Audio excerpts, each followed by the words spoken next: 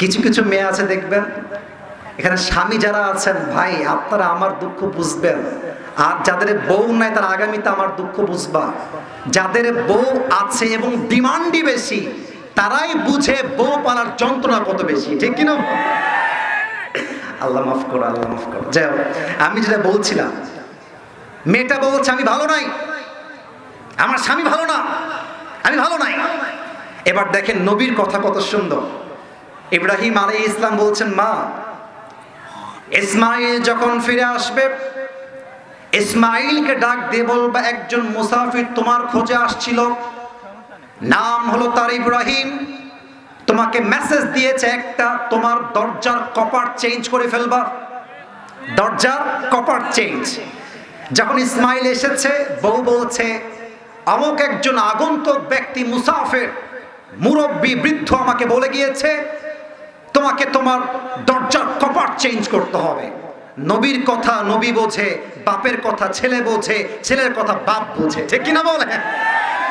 ইসমাইল আলাইহিস সালাম বুঝে গিয়েছেন আমার বাপ ইঙ্গিত দিয়েছে জীবনে খুশি হতে চাইলে এরকম নাশকর বউ দিয়ে খুশি হওয়া যাবে না, ঠিক কিনা বলে? সঙ্গে সঙ্গে ইসমাইল আলাইহিস সালাম তার প্রথম স্ত্রীকে তালাক দিলেন, সে বাড়ি থেকে বের হয়ে গেল। সেকেন্ড টাইম ইসমাইল আলাইহিস সালাম যখন সেকেন্ড বিয়ে করলেন, আবার তার বাবা আসলেন, এসে বলছে বাসায় কি কেউ কে উঠছে মাঝখানে একজন, এই ছেলে বসো, না বসো বসো, ওখানে বসো, ওখানে বসো, ওয়াশরুমে পড়েছো বাবা, বসো বসো, বসে পড়ো, কলিজার ভাই বসে পড়ো, একটু বসে পড়ো। আচ্ছা, যেটা বলছিলাম, এসে বলছে ইসমাইল কি আছে? বলছে নেই, আপনার কি লাগবে আমাকে বলেন। বলছে তোমার স্বামী ইসমাইল কেমন আমাকে বলো দেখি। বলছে মাশাআল্লাহ আলহামদুলিল্লাহ, আমার স্বামীর মতো স্বামী আর কেউ হয় না। সুবহানাল্লাহ পড়বেন না আপনারা সবাই? আচ্ছা মা তুমি কেমন আছো, তোমার সংসার কেমন চলছে? বলছে আলহামদুলিল্লাহ, আমার মতো সুখী মেয়ে আল্লাহর এই জমিনে দ্বিতীয়টা আর কেউ নাই। আল্লাহু আকবার। এবার ইব্রাহিম আলাইহিস সালাম ডাক দিয়ে বলছে মা আমার একটা মেসেজ তুমি ইসমাইলকে পৌঁছায় দিও। ইসমাইল যখন বাসায় আসবে বলবা তোমার জন্য একজন মুরব্বী এসেছিলেন, তিনি বলে গিয়েছেন হে ইসমাইল, তোমার যেই দরজার কপাটটা আজকে তোমার বাসায় আছে, যতদিন বেঁচে আছো এই দরজার কপাট কখনো চেঞ্জ করতে যাবা না। এর মানে তোমার যেই বউটা আছে এটা শুকরগুজার বউ, এটা কৃতজ্ঞ বউ, যতদিন বেঁচে আছো এই বউকে তালাক দেওয়া যাবে না, ঠিক কিনা বলেন?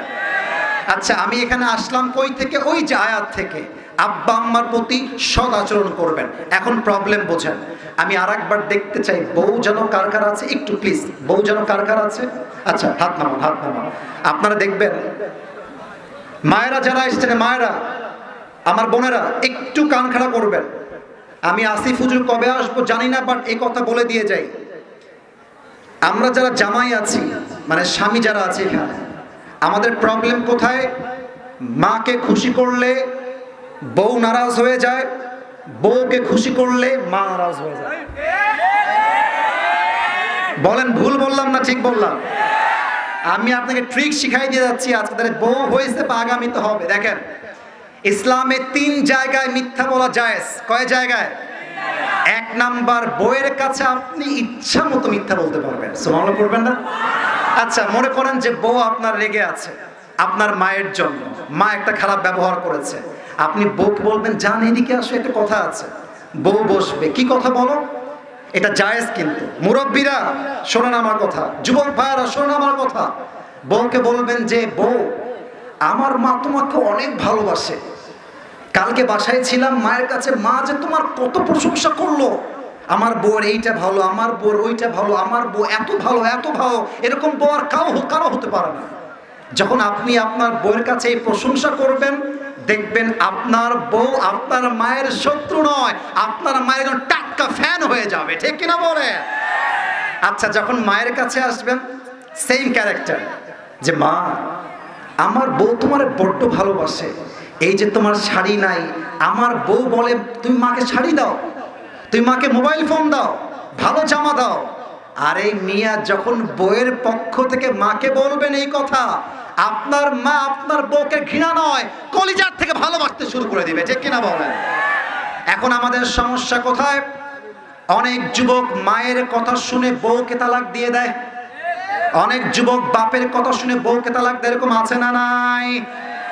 ইব্রাহিম আলাইহিস সালাম একজন নবী, আপনার বাপ কোন নবী নয়। আপনাকে মাথায় রাখতে হবে তালাক এটা আসল সমাধান নয়, বরং অ্যাডজাস্ট করে থাকতে পারলেই জীবনটা সুন্দর হয়ে যায়, ঠিক কিনা বলেন? আচ্ছা, মা বোনদের জায়গা কি ডান দিকে না বাম দিকে? সামনে। ওটা কি মাঠ? ওখানে প্রজেক্টর দেওয়া আছে, আওয়াজ যাচ্ছে। আচ্ছা, মেয়েদের তালাক হয় এখান থেকে আমি পেয়েছি 3টা কারণে। দেখেন তো মিলে কিনা। 1, অতিরিক্ত জেদ। আমার আইফোন 16 লাগবে তো 16ই লাগবে।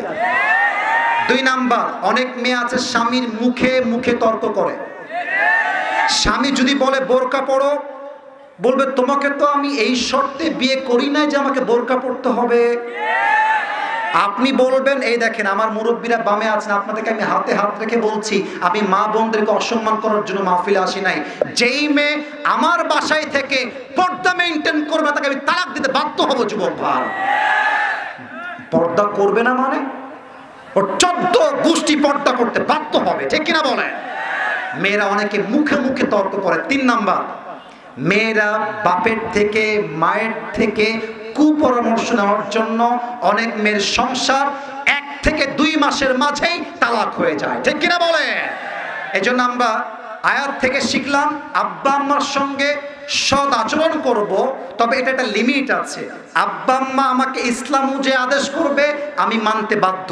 আব্বা আম্মা আমাকে ইসলামের বাইরে আদেশ করবে, আমার কথা একটা, জীবন থাকতে ইসলামের বাইরে কোনো কাজ করব এটা চুল পরিমাণ বরদাস্ত হবে না, ঠিক কিনা বলে?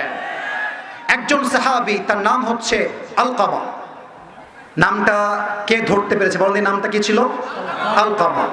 আচ্ছা বলেন তো, হাদিসে এসেছে একটা হাদিস, যেই বান্দা মৃত্যুর সময় কালেমা পড়তে পারে সে কি জাহান্নামে যাবে না জান্নাতে যাবে? এখানে একটা প্যাচ আছে। মুরব্বীরা আপনারা খুবই অ্যাক্টিভ, খুব ওয়াজ শুনছেন, আমার খুব ভালো লাগছে বিষয়টা। কালেমা পড়লেই জান্নাতে যাওয়া যায় না, ঈমান থাকতে হবে।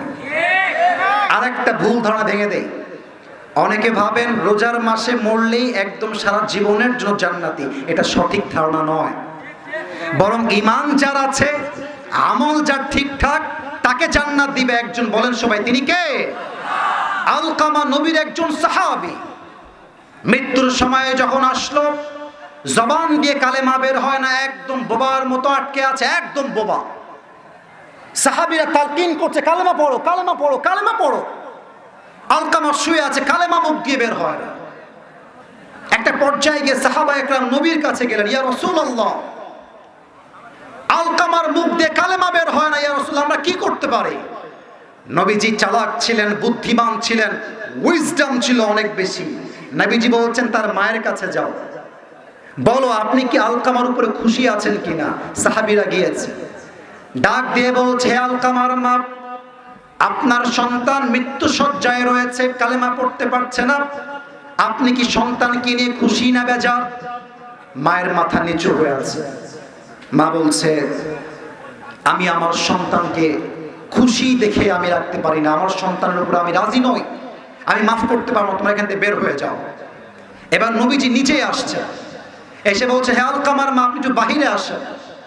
বাহিরে এসেছে, এটা কি ফুটবল মাঠ না এমনি স্কুল মাঠ? ঈদগাহ মাঠ। মাঠের উপরে নবীজি একটা লাকড়ি নিয়ে আগুন জ্বালিয়েছেন। কি জ্বালিয়েছেন? একটু জোরে বলেন, কি জ্বালিয়েছেন? আর বলছেন, সাহাবা একরাম শোনো, আলকামাকে নিয়ে এসে তোমরা আগুনে ফেলিয়ে দাও, যাও নিয়ে আসো সবাই। মা দাঁড়িয়ে আছে, মা বলছে, ইয়া রাসূলুল্লাহ, না না না, আমার সন্তানকে আগুনে ফেলবেন না, প্লিজ এটা করবেন না। রাসূল বলছেন, আম্মা জান, আপনার সন্তানকে আপনি দুনিয়া আগুনে পড়তে সহ্য করতে পারবেন না, আর আপনার সন্তান জাহান্নামের আগুনে পড়বে, এটা আপনি কেমনে সহ্য করবেন? আম্মা জান মাফ করে দেন। আম্মার সঙ্গে সঙ্গে মাফ করে দিয়েছেন, আর আলকামার মুখ দিয়ে কালেমা জারি করে দিয়ে একজন দিয়েছে। একজন বলেন সবাই, তিনি কে? এজন্য আব্বা আম্মার দোয়া ছাড়া মৃত্যুর সময় জবানে কালেমা জারি হতে পারে? প্রিয় ভাইরা, বাজে হচ্ছে 12টা 10। আমরা অনেক প্রশ্ন পেয়েছি, অনেক কিছু পেয়েছি, তবে একটা কথা কি জানেন, আপনারা এত শান্ত পরিবেশ দিয়ে প্রমাণ করেছেন বগুড়ার মানুষ আসলেই ইসলামকে ভালোবাসে। আচ্ছা, বগুড়ার একটা সুনাম আছে যে বগুড়ার সুলকুল যেখানেই যায়, যেই স্কুলে যাক, যেই কলেজে যাক, দেখবেন যত ছাত্র টপ র্যাঙ্কে থাকে বগুড়ার সন্তানরা 1 নাম্বার রেজাল্ট গেইন করে, ঠিক কিনা বলে? তো আমি এখনো ওয়াজটা শেষ করতে পারি না, আরেকটু অংশ বাকি আছে, পুরস্কারটা দিয়ে শেষ করব। রাত যদি 12:30ও বাজে তাও আমরা থাকতে রাজি আছি না ইনশাআল্লাহ? একটু হাত তোলেন তো সবাই, দেখি একটু হাত তোলেন সবাই, একটা কাশি দেন। দেখি বাঘের বাচ্চারা কি মরে গেছে না জেগে আছে? নারায়ে তাকবীর। আল কোরআনের আলো, আল হাদিসের আলো, কোরআন হাদিস যেখানে, আলেম ওলামা যেখানে, বগুড়াবাসী যেখানে, আল্লাহ যেন কবুল করে। পড়েন সবাই আমিন। সর্বশেষ একটা হাদিস বলেই পুরস্কার দিব, যদি কমিটি আমাকে পারমিশন দেয় প্রশ্ন পড়ব, আদারওয়াইজ আমরা পুরস্কার দিয়েই দোয়ার দিকে যাব। বলেন সবাই আওয়াজ করে ইনশাআল্লাহ। বলেন তো আমাদের শেষ নবীর নাম কি? মুহাম্মাদুর রাসূলুল্লাহ সাল্লাল্লাহু আলাইহি ওয়াসাল্লাম। নবীজির বাবার নাম কি ছিল কে বলতে পারে? আব্দুল্লাহ। মাশাআল্লাহ। বলেন তো নবীজির